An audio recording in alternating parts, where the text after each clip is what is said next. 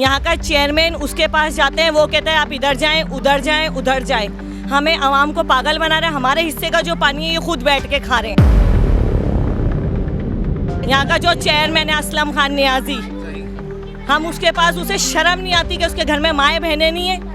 वो यहाँ का चेयरमैन है, उसका काम है यहाँ पे पानी देना, या हालांकि ये नहीं है कि उसका काम है तो फिर वो चूड़ियाँ पहन के बैठ जाए। जब हमारा सर घूमेगा तो हम आएंगे, फिर रोडों पे निकलेंगे, फिर दिखाएंगे हम कितने पावरफुल है। आवाम निकली तो पुलिस भी आ गई। अब पुलिस कहाँ है? घर के किराए देगी, बिल भरेगी या पानी की टंकियां डलवाएगी? ये है उस्मानाबाद, कराची का वो बदकिस्मत गोशा जहाँ पे पानी के नलके सिर्फ और सिर्फ हवा उगलते हैं।